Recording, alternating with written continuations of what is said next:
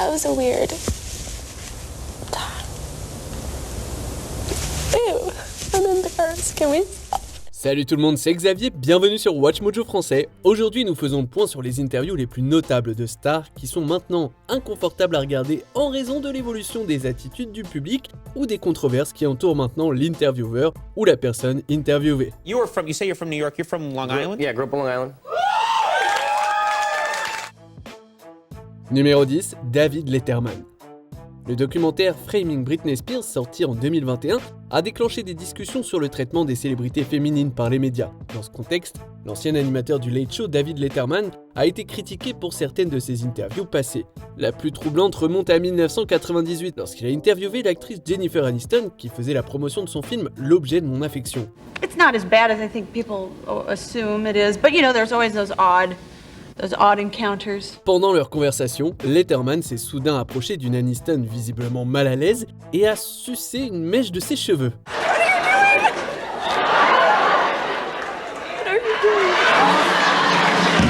Il lui a ensuite tendu un mouchoir en papier pour qu'elle essuie sa salive. L'animateur a également été pris à partie pour une interview de Lindsay Lohan en 2013, au cours de laquelle il l'a piégée avec plusieurs questions inappropriées, la poussant à pleurer à un moment donné. You can't make a joke of it. That's so mean. I'm not joking. No, you're not doing that. We're not doing that. Numéro 9, Jussie Smollett. Le 29 janvier 2019, l'acteur d'Empire Jussie Smollett a signalé qu'il avait été victime d'un crime de haine présumé à Chicago. Smollett a affirmé que 2 hommes l'avaient attaqué aux premières heures du matin, tout en lui criant des insultes racistes et homophobes. Dozen detectives are pursuing new leads, including grainy photos of 2 persons of interest. Lorsque les autorités ont ouvert une enquête sur l'agression présumée, plusieurs incohérences dans le récit de Smollett ont commencé à apparaître. Le 14 février, l'acteur a évoqué l'incident lors d'une interview avec Robin Roberts sur ABC et s'est dit en colère contre ceux qui doutaient de son histoire. How can you doubt that? Like, how do you not believe that? It's the truth. Cependant, moins d'une semaine plus tard, il a été révélé que Smollett avait effectivement mis en scène l'attaque, ce qui a conduit à son inculpation pour avoir déposé un faux rapport de police. Now, a grand jury on Tuesday indicted Smollett on 6 counts of disorderly conduct. Numéro 8, Mary-Kate et Ashley Olsen.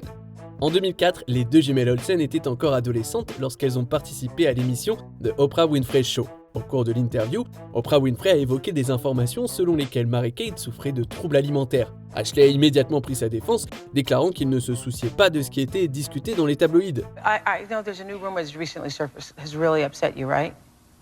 You know, the one about eating. Yeah, you know, people are gonna write what they wanna write. Cependant, Winfrey a interrompu Ashley avec une question inappropriée sur leur poids, laissant les 2 sœurs visiblement surprises. What size are you, by the way? Size? Yeah, I always like to know. I'm really short. You're not sure? Girls and, you know. That's so interesting. Ces propos sont d'autant plus troublants que les jumelles étaient mineures à l'époque et que Mary-Kate allait se faire soigner plus tard dans l'année pour un trouble alimentaire. Lorsque l'interview a refait surface en 2021, Winfrey a été vivement critiquée pour sa gestion de la situation. How horrified Mary-Kate and her sister Ashley were when they were asked that question and then for Oprah to laugh about it. Numéro 7, Ashton Kutcher. En 2023, le couple hollywoodien Ashton Kutcher et Mila Kunis a été critiqué après avoir écrit des lettres de soutien à leur ancien partenaire Danny Masterson, qui a été condamné pour agression sexuelle. Par la suite, l'une des accusatrices de Masterson a partagé un extrait d'un épisode de 2003 de l'émission de Kutcher, Punk'd, dans lequel il fait un commentaire de gros porc sur l'actrice Hilary Duff. Cette remarque de Kutcher, qui avait 25 ans à l'époque, a suscité de vives inquiétudes quant à son comportement. That we're all waiting for to turn 18. Les critiques à l'encontre de l'acteur se sont intensifiées après qu'un autre extrait d'une interview accordée en 2002 au Rosie O'Donnell Show a refait surface. Kutcher y admettait avec joie avoir participé à un pari avec Masterson pour embrasser Kunis à l'écran sans son consentement, alors que celle-ci était encore mineure. So I was like, okay. Then Danny goes and goes, dude, I'll give you $10 if you French kiss her. Numéro 6, Ellen DeGeneres.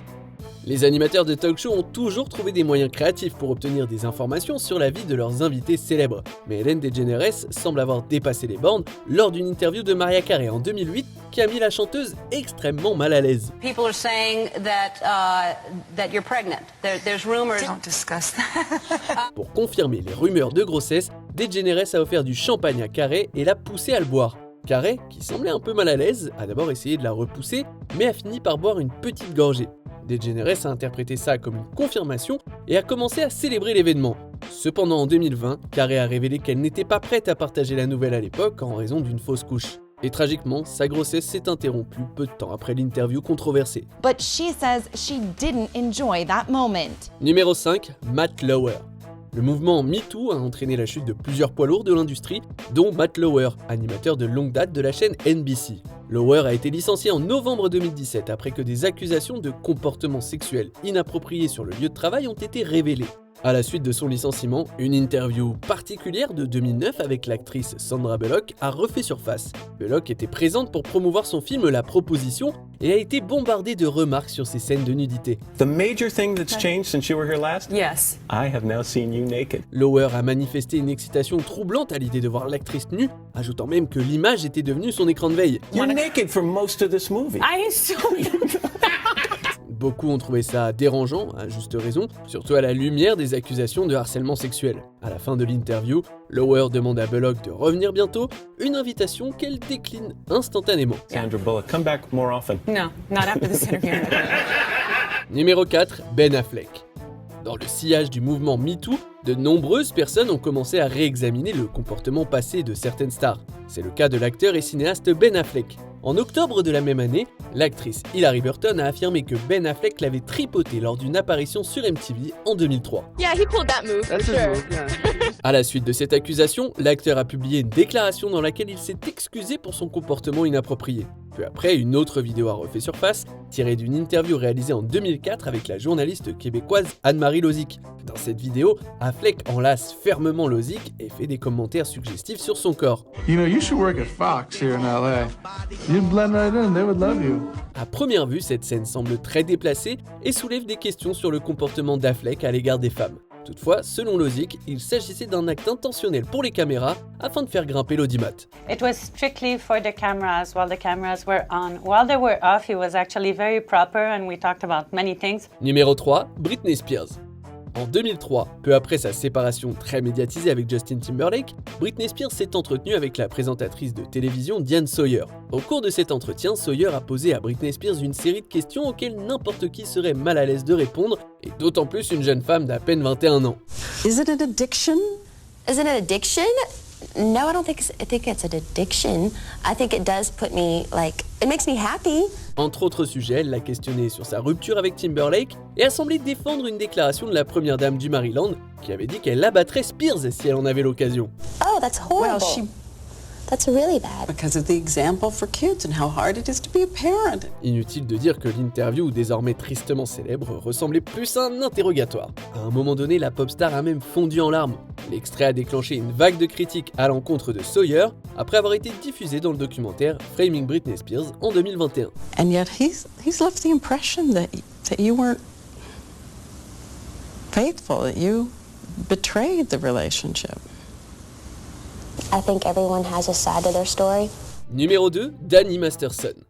Les animateurs de talk show peuvent-ils prédire l'avenir ? Comme indiqué précédemment, l'acteur hollywoodien Danny Masterson a fait les gros titres en 2023 après avoir été reconnu coupable d'avoir agressé sexuellement 2 femmes au début des années 2000. Il a été condamné à une peine de 30 ans à la perpétuité pour ses crimes. La condamnation de Masterson a conduit à la découverte d'un vieux clip de son apparition en 2004 au Late Night with Conan O'Brien.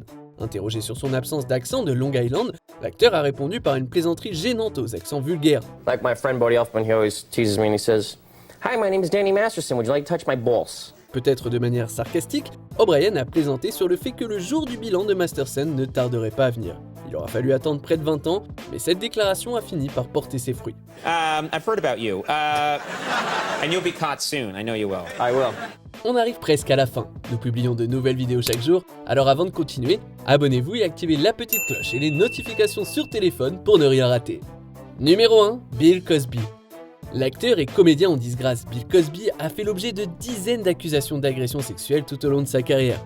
Nombre de ses accusatrices affirment que Bill Cosby les a drogués avant de commettre ces actes ignobles. Mais ce n'est pas si surprenant si l'on considère une interview accordée en 1991 à l'émission Larry King Live de CNN. Au cours de cette interview, le comédien a fait une blague sur le Spanish Fly, une drogue utilisée comme aphrodisiaque. We will still be searching for Spanish Fly.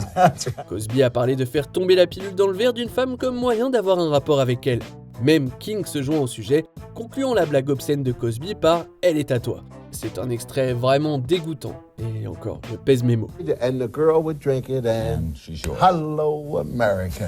Quelle autre interview de célébrité mériterait selon vous d'être réévaluée à la lumière des événements? Was it all right? I mean, was it hard to do? No, it just happened. Que pensez-vous de notre sélection? Dites-le moi dans les commentaires et checkez ces autres super vidéos de Watch Mojo Français.